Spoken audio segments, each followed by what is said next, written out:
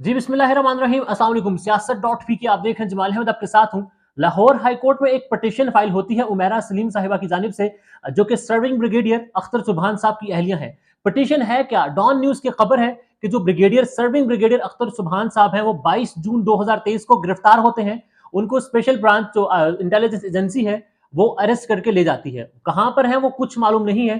3 महीने पहले ये गिरफ्तारी होती है और अब लाहौर हाईकोर्ट में उनकी जो अहलिया है उमेरा सलीम साहिबा, वो एक पिटीशन फाइल करती हैं कर्नल इनामुर रहीम साहब की वसासत से, जो कि उनके वकील हैं। लाहौर हाईकोर्ट में समाअत होती है। जज साहब ये कहते हैं कि ये हमारा दायरा इख्तियार ही नहीं है कि हम जो सर्विंग ऑफिशियल्स हैं, आर्मी ऑफिशियल्स हैं, उनके हवाले से कोई केस सुन सकें जिस पर दलाइल होने के बाद जो तारीख है वहां पर तो ये अनाउंस किया जाता है हाई कोर्ट में कि 14 तारीख को सुना जाएगा, 14 सितंबर को। मगर जो रिटन ऑर्डर आता है उसमें ये बताया जाता है कि 6 अक्टूबर को अब ये केस दोबारा सुना जाएगा। अब ब्रिगेडियर साहब को किसने अरेस्ट किया? उनकी अहलिया के मुताबिक इंटेलिजेंस ब्रांच के जो लोग हैं उन्होंने उनको अरेस्ट किया है। अख्तर सुबहान साहब जो है डीएचए कोयटा से मुंसलिक हैं, उसके जो एडमिनिस्ट्रेटिव मामला हैं वो देखते हैं।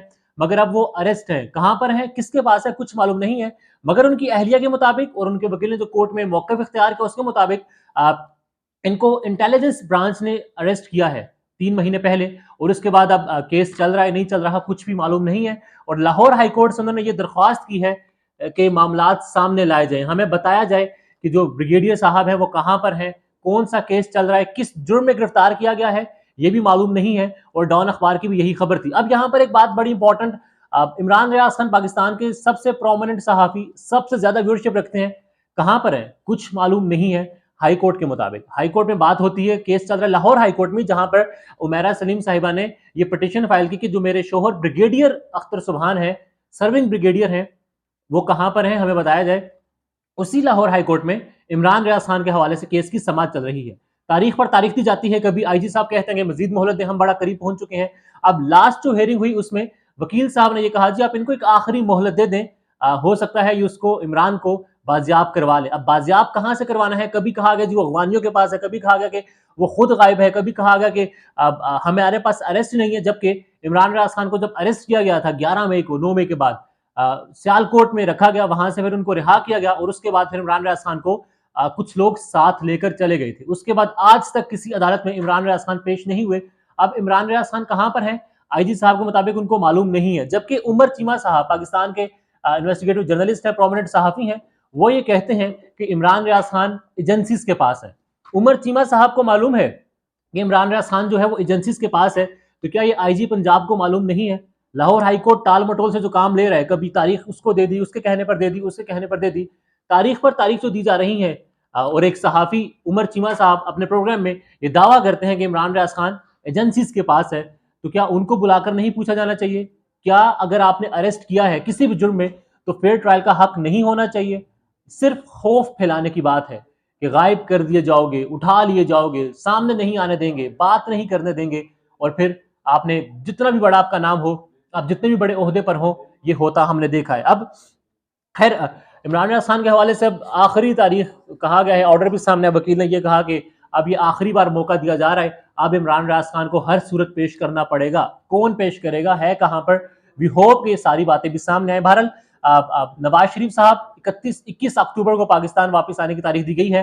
अब उनके इस्तकबाल के हवाले से बड़ी अहम चीजें सामने आ रही हैं। जवेद लतीफ साहब बड़े अहम रहनुमा हैं, बड़े क्लोज हैं नवाज शरीफ साहब के।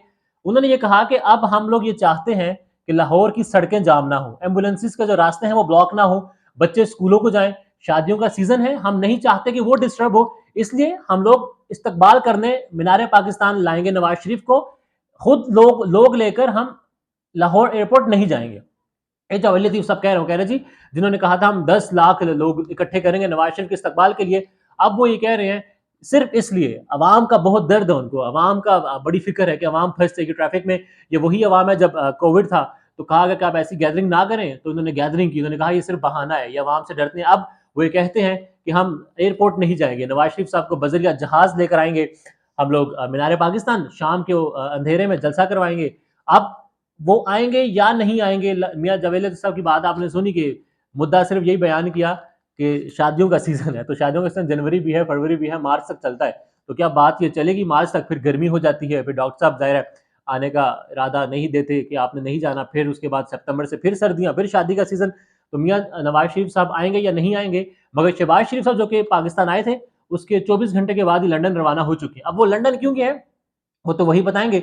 मगर नुसरत जावेद साहब जो कि काफी कुर्बत है उनकी नवाज शरीफ साहब से, उनका ये कहना है कि वो ये पैगाम लेकर गए, और जो अल्फाज मैं आपको यहाँ बताऊंगा वो नुसरत जावेद साहब के अपने अल्फाज, वो ये कहते हैं कि शहबाज शरीफ साहब को ना नवाज शरीफ ने बुलाया है ना वो अपनी मर्जी से गए, बल्कि उनको गुजरावाला में ये पैगाम दिया गया कि जरा समझाओ, इन शॉर्ट आसान भाषा में उन्हें आकर ये बोलो कि बंदे के पुत्र बन गए हैं, बंदे के पुत्र बन गए। ये शहबाज शरीफ साहब बताने के हैं नवाज शरीफ साहब को। और फिर डिफरेंट जो पॉलिटिकल पार्टीज हैं, जो पॉलिटिकल पर्सनैलिटीज हैं, वो ये बता रही हैं कि अब नवाज शरीफ के नाम पर भी कांटा लग चुका है। जबकि मेरा तो ये मौक़िफ़ है कि कांटा लगाने का जो इख्तियार है वो सिर्फ आवाम के पास है, आपको आवाम में आना चाहिए है। बहरहाल अब शहबाज शरीफ साहब वहाँ उनको बताने गए कि वो लोग कह रहे हैं जिनके लिए आप बड़ी आपने 4 रोज़ पहले जो खिताब भी किया, 4 लोगों का नाम भी लिया और कहा कि हम एहतसाब करेंगे और हम मट्टी वाला जो प्रोग्राम है वो नहीं देंगे। अब आप बड़े एंटी एस्टैब्लिशमेंट का बयानिया बना तो रहे हैं, जब आपने एक्सटेंशन के लिए वोट दिया था तब आपकी कहाँ गई थी ये एंटी एस्टैब्लिशमेंट वाला सारा बयानिया? अब ये उनको बताएंगे और नवाज शरीफ साहब जो हैं उनको ये पैगाम दिया जाएगा कि बंदे के पुत्र बनकर रहो। मालिक साहब की खबर उन्होंने एक प्रोग्राम में अपनी खबर एक ब्रेक की, वो बड़ी इंपॉर्टेंट है। नवाज शरीफ साहब डॉक्टर ने पाकिस्तान आने से कहा, उनको मना किया तो अभी तक नहीं आ सके, 3 साढ़े 3 साल हो गए, मगर पाकिस्तान के करीब तरीन वो आ जाते हैं। दुबई से आए, वहां पर उनकी एक अहम शख्सियत से मुलाकात हुई। मालिक साहब के अल्फाज हैं कि उस शख्सियत के मुताबिक उस साइड का मौका भी है कि नवाज शरीफ साहब ने बहुत जल्दी और बहुत सारा कुछ मांग लिया है, जिस पर मीटिंग अच्छी नहीं रही। तो उन्होंने अब ये कहा है कि अब नवाज शरीफ साहब को वहां सर भी शकूक शुबहात है। नवाज शरीफ साहब ये चाहते हैं कि हुकूमत हमें मिलनी ही है, क्योंकि पीपल्स पार्टी का भी ये इरादा और मूड बता रहा है कि शायद सायरा बानो साहिबा एक चीज कहती है ना बड़ी के रिश्ते वालों को छोटी पसंद आ गई है, तो पीपल्स पार्टी वालों को भी ये बात शायद समझ आ रही है। तो वो अब मूड उनका बन रहा है कि वो एक बयानिया बनाए लेवल प्लेइंग फील्ड का। फिलहाल तो वो नवाज शरीफ साहब और नून लीग की बात कर रहे हैं, बहरहाल आने वाले वक्त में वो भी इस चीज को जरा सा वो करेंगे, क्लियर स्टांस लेंगे अपना ओवरऑल पॉलिटिक्स करनी है या फिर नहीं करनी। बहरहाल मालिक साहब के मुताबिक नवाज शरीफ साहब ये चाहते हैं कि हुकूमत हमें मिले, हमें से मुराद नून लीग को मिले, ना सिर्फ हुकूमत मिले, मुझे वजीर आजम भी बनाया जाए। अब वजीर आजम वो शख्सियत ही बनवाएगी जिससे नवाज शरीफ साहब मिले हैं, या फिर वजीर आजम बनवाने का इख्तियार पाकिस्तान की आवाम के पास है। ये बात भी उनको समझ आ जाए तो बहुत ज़रूरी है कि अवाम के बगैर आप हुकूमत चला भी नहीं सकते, अवाम के बगैर आप हुकूमत बना भी नहीं सकते। बहरहाल हमें कहा गया बिजली के बिल जो हमें दिए गए 30-30 हज़ार से ऊपर बिल आया एवरेज।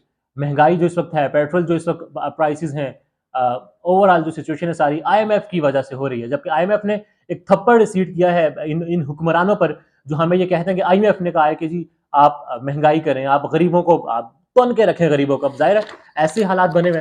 तो आईएमएफ का एक स्टेटमेंट चल रही है, एमडी आईएमएफ ये कहते हैं कि हमने कहा था कि आप अमीरों पर टैक्स लगाएं, इन्होंने गरीबों को अब वो अल्फाज जो अवाम बयान कर दिए यहाँ पर कर दिए जाएं तो वो अल्फाज यहाँ नहीं अदा किए जा सकते। अमीरों पर टैक्स के बजाय गरीबों को अब टैक्स लगाया जा रहा है, हमें चूना लगाया जा रहा है, हमें इस महंगाई में जलील किया जा रहा है। और आईएमएफ ये कहती है कि हमने सिर्फ ये कहा था कि आप अमीरों पर टैक्स लगाकर अपना रेवेन्यू जो है वो इंक्रीज करें, और कहानी सुनाते हैं उनके लिए पेट्रोल महंगा कर दिया, उनके कहने पर बिजली महंगी कर दी, उनके कहने पर गैस महंगी कर रहे हैं, उनके कहने पर जो हम हैं बिजली के जो टैरिफ्स हैं उसमें टैक्सेस लगा रहे हैं, लेवी बढ़ा रहे हैं, सब कुछ कर रहे हैं। तो अब वहीं से फिर ये बयान सामने आया है कि हमने तो सिर्फ ये कहा था कि आप गरीबों पर टैक्स लगाओ। बहरहाल सारे मामलात के बाद भी मसला सिर्फ इमरान खान है, क्योंकि वो डटा हुआ है, वो अपनी बात पर अड़ा हुआ है और वो किसी भी सूरत झुकने का नाम नहीं ले रहा। इसलिए जो भी इमरान खान के साथ है वो इस वक्त ज़ेर अताब है। शेख रशीद साहब को 4 रोज पहले खबर आई कि अरेस्ट किया गया, किसने किया, कहां पर किया, कुछ मालूम नहीं। अब उनकी जो लाल हवेली है उसको सील कर दिया गया है, गोया जो शेख साहब का घर है वो अब सील कर दिया गया है और मतरूका वक्फ अमलाक बोर्ड ने अपनी उसको कस्टडी में ले लिया है। बहरहाल शेख साहब, उस्मान डार, इमरान रियाज खान या फिर दीगर जो 10,000 लोग अदालतों में हैं, जेलों में कैद हैं, या फिर वो गायब है, उनके बारे में कुछ मालूम नहीं है, उनको अदालतों में पेश किया जाए। और आखिर में बस एक सवाल कि शहबाज शरीफ लंदन है, मरियम नवाज ने जाना है, नैब के सारे मामला आपके सामने हैं और मुल्क में जो महंगाई है वो भी आपके सामने है। क्या नवाज शरीफ 21 अक्टूबर को पाकिस्तान आएंगे या फिर डॉक्टर अदनान जो है आने वाले दिनों में मजीद रेलिवेंट हो जाएंगे? कमेंट्स में इजहार जरूर कीजिएगा। अल्लाह हाफिज़।